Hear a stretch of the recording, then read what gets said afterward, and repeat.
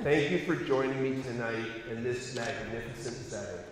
It is a spectacular tribute to the United States Senate and to Ted Kennedy. But it's more than that. It's an ideal forum in which to articulate what I'm trying to accomplish, which is to set forth a new Republican vision, to think anew about how politics can revive our hopes together, not prey on our fears separately. And with that in mind, we're joined here by perhaps the most diverse group to ever attend a political kickoff.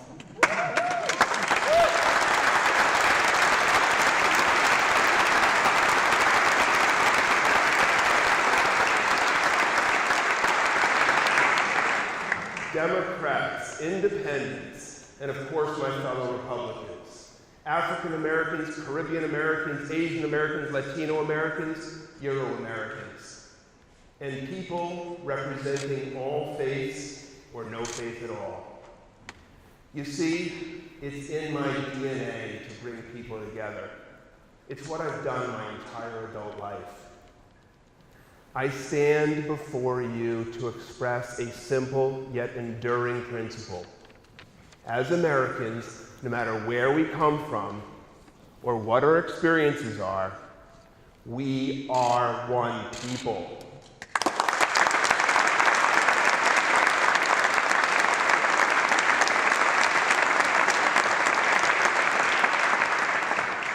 That wonderful principle was adhered to over the centuries by great leaders of Massachusetts, and perhaps set forth best by Senator John F. Kennedy when he said, "Let us not seek the Republican answer or the Democratic answer, but the right answer. Let us not seek to fix the blame for the past, but let us accept our own responsibility for the future." That principle seems to be under assault in these times. If you look above me, you'll see the words "e pluribus unum," which, as we know, means out of the many, one.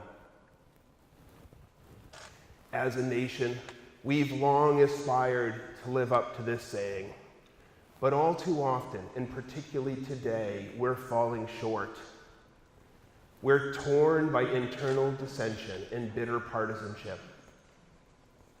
But I bring you together tonight, this amazing diverse audience, to urge us to live up to this ideal. For as Lincoln said, "A house divided against itself cannot stand." Let us come together to show a new way forward for American politics. You see, the Senate isn't going to change unless we elect senators that adhere to the timeless principles that guided the great Massachusetts leaders of the past. Bipartisanship, results, and consideration of the greater good. Real leaders understand that country matters more than party, that people matter more than petty politics. After all, we Americans are one people.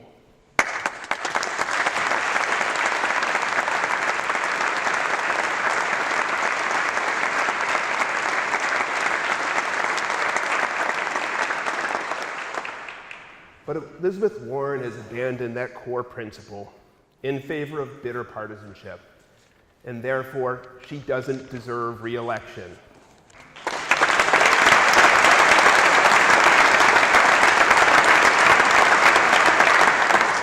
Not because she's a bad person, or because all of her views are necessarily wrong, but because she works to divide us. And let me pause here and note, Elizabeth Warren herself is an amazing success story in America. She taught at Harvard Law while I was there, and I can tell you she was well regarded by nearly everyone. But over the last 6 years, she's chosen a divisive path. Now, I take no pleasure in reporting this, but it is unfortunately true. So if you enjoy the name-calling and the bickering she encourages, then by all means, you should vote for her and send her back to Washington. But if you want a fresh voice and a new approach, then join with me and join this cause.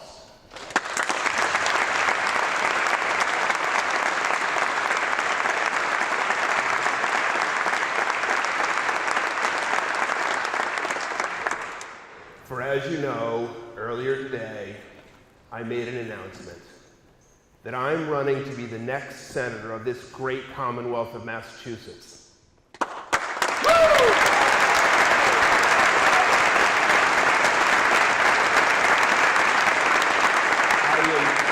I intend to be the Republican Party's nominee, and I intend to defeat Senator Warren next fall.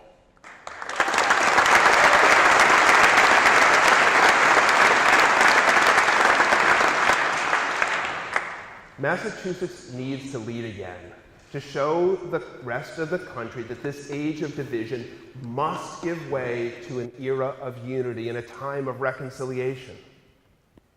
To my fellow Republicans, let's express anew our principles of freedom and liberty. But while we're expressing anew those principles of freedom and liberty, we must also speak to the needs of all, not just those who have long supported us. We must reach out to those who share our values, but have not felt our welcome. After all, a more inclusive Republican Party is a more successful party.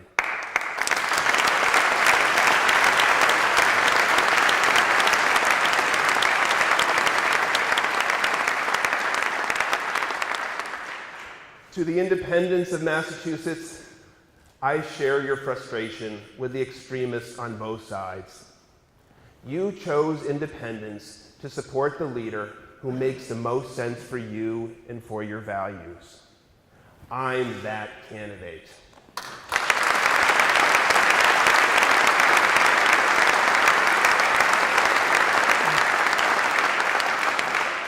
And to my Democratic friends, isn't it time to choose someone who moves beyond bitter partisanship in favor of the greater good? I'm that candidate.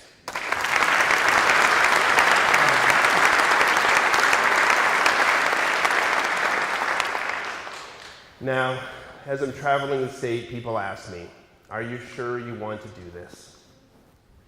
And I have to tell you, notwithstanding Jean's great comments earlier, in private, she asks me that about twice a day.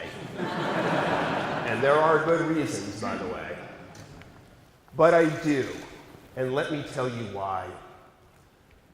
I'm running because it's time for Republicans to offer a new perspective in politics, a coalescing of long-standing ideals of freedom and liberty with a new Republican vision for inclusiveness and community.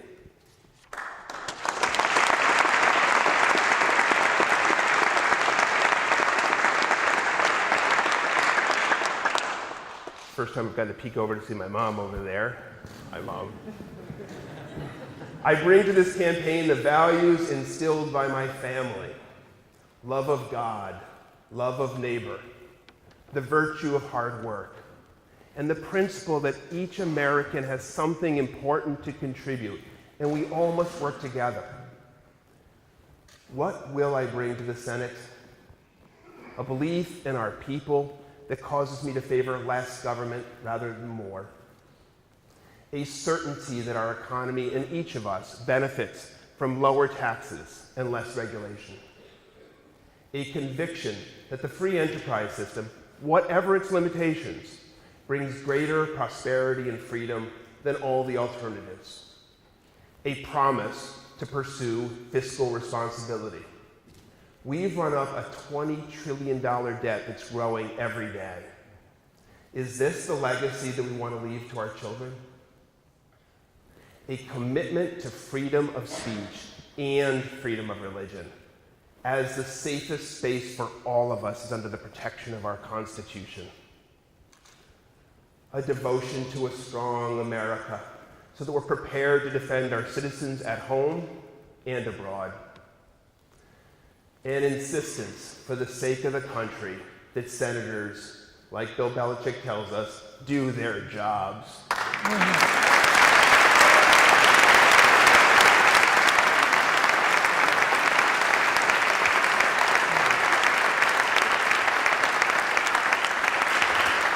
And finally, a fierce commitment to do the right thing. In the words of the great American statesman, Frederick Douglass, words that inspire me every day, I will unite with anyone to do what is right and with no one to do what is wrong. What that means is this: when I get to Washington and the Senate, I will work with Democrats, I will work with Republicans, and I will work with this administration.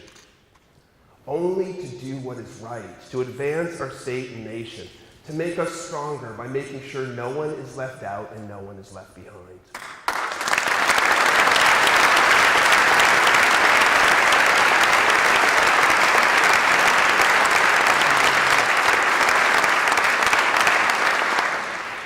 As I travel around this great Commonwealth, I haven't met anyone who wasn't angry, frustrated, or disheartened about the state of our politics. Because let's be honest, people face challenges across the board. Many have little saved for retirement or emergencies. Mortgages and rents are exorbitant, and healthcare premiums and co-pays seem to rise daily. Yet they hear that Social Security is in trouble, pensions are underfunded, Congress might raid 401ks, and no one knows what's going to happen to the healthcare system. Meanwhile, the home front, parents face hard choices. Tuition goes up, loans pile up, good job dries up. Good jobs dry up, that's what I was trying to say. And a pay raise seems to come as often as an eclipse. Meanwhile, what does Washington do about that? Nothing. We need solutions.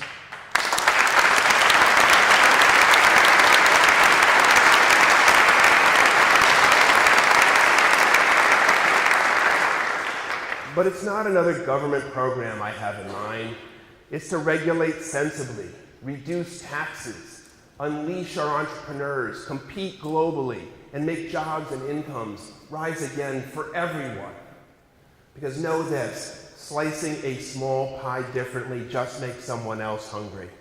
We need to make more pies.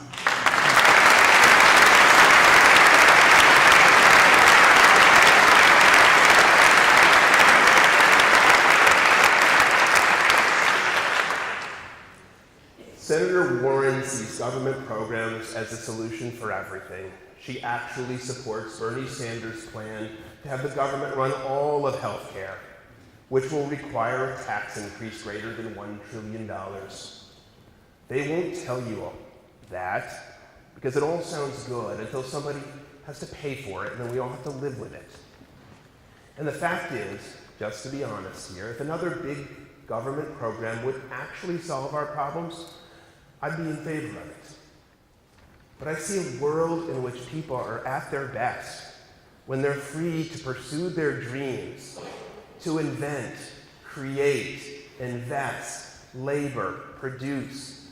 These efforts make our individual and our collective lives better.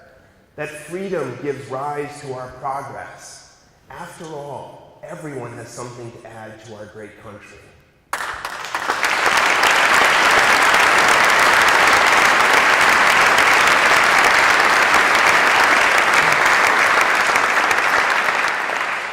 Yes, there's much that government can do, and some it does well, such as our first responders and our military. But I don't trust the government to solve all our problems. I trust us to solve all our problems. Our children face a culture dramatically different than the world in which we grew up. One that seems driven by those determined to disrupt every single aspect of our lives. The elites of Hollywood and Silicon Valley, who are big supporters of Senator Warren, challenge us as parents every day with their ever edgier content and control. Yet last week brought news of yet another money harvest by Senator Warren in Hollywood. Is that the best use of her time when she's supposed to be working in Massachusetts for us? Meanwhile, civic discourse and even civil order are under assault. Our police are vilified for undertaking a thankless and dangerous job. Yes, there are wrongs, and sometimes wrongdoing can hide behind a badge, and we shouldn't and won't tolerate that. But to deliberately suggest that police act like an occupying army, as Elizabeth Warren said in this very forum 2 years ago, is to undermine confidence in the law and to distort the very real contributions police make to our safety and well-being. Yet, we must also address the genuine unfairness that our approach to criminal justice has often created. We have to heal the distrust and the divide between the police and our communities.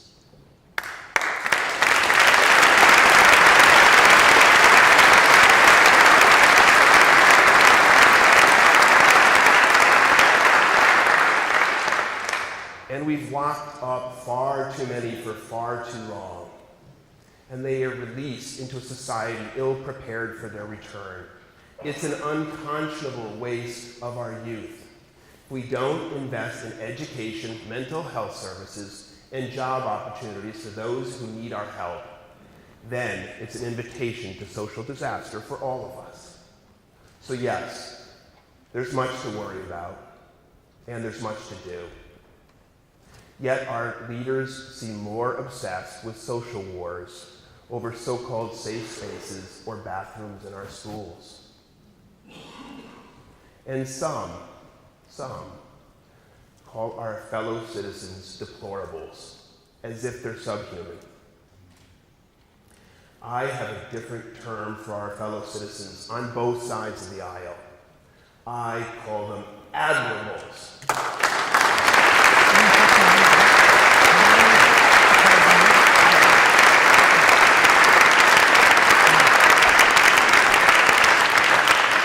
I believe there's much to admire in each of our fellow brothers and sisters. Yes, each of us is imperfect, but we get up, we work hard, we help others, and we care about our communities. That is admirable. Senator Warren divides and classifies us by race, class, gender, sexuality, and politics, all in favor of an obsession with emphasizing difference and deploring those who don't agree with her. I believe in our shared humanity and our common goodness. On that basis, I'm running to bring us together as citizens of Massachusetts and of this great land to meet and address the challenges of this day. Now, as I leave this room tonight to campaign across the state, I have no illusions. Elizabeth Warren is a formidable candidate and opponent. But I believe we'll win. For those concerned a Republican can't win, the fact is that our values, our ideas, and our positions do resonate with voters when we pledge to work together. And when we nominate our best candidates, such as our outstanding Governor Charlie Baker, who are dedicated to our common good and willing to work across the aisle, then we win. In fact, all of us win when that happens.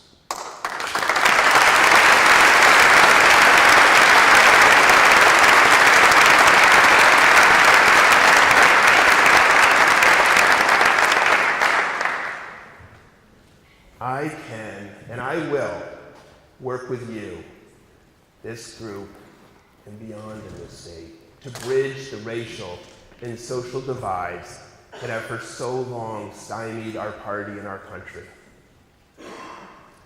We must, because as Mother Teresa, who's a guiding light to Jean and a guiding light to our family, once said, if we have no peace, it's because we've forgotten we belong to each other. Which, make no mistake about it, is an imperative for all of us in our democracy. I believe in the greatness of this amazing country.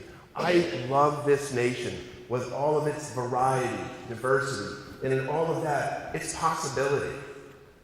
We are in this together, folks. We are in this together.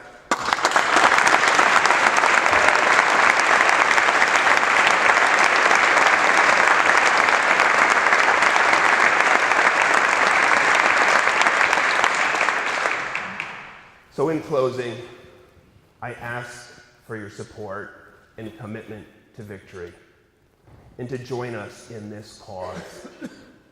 In return, I promise a campaign that will summon the best in all of us to serve Massachusetts and serve America. May God bless Massachusetts, and may God bless America. Thank you all, and good night.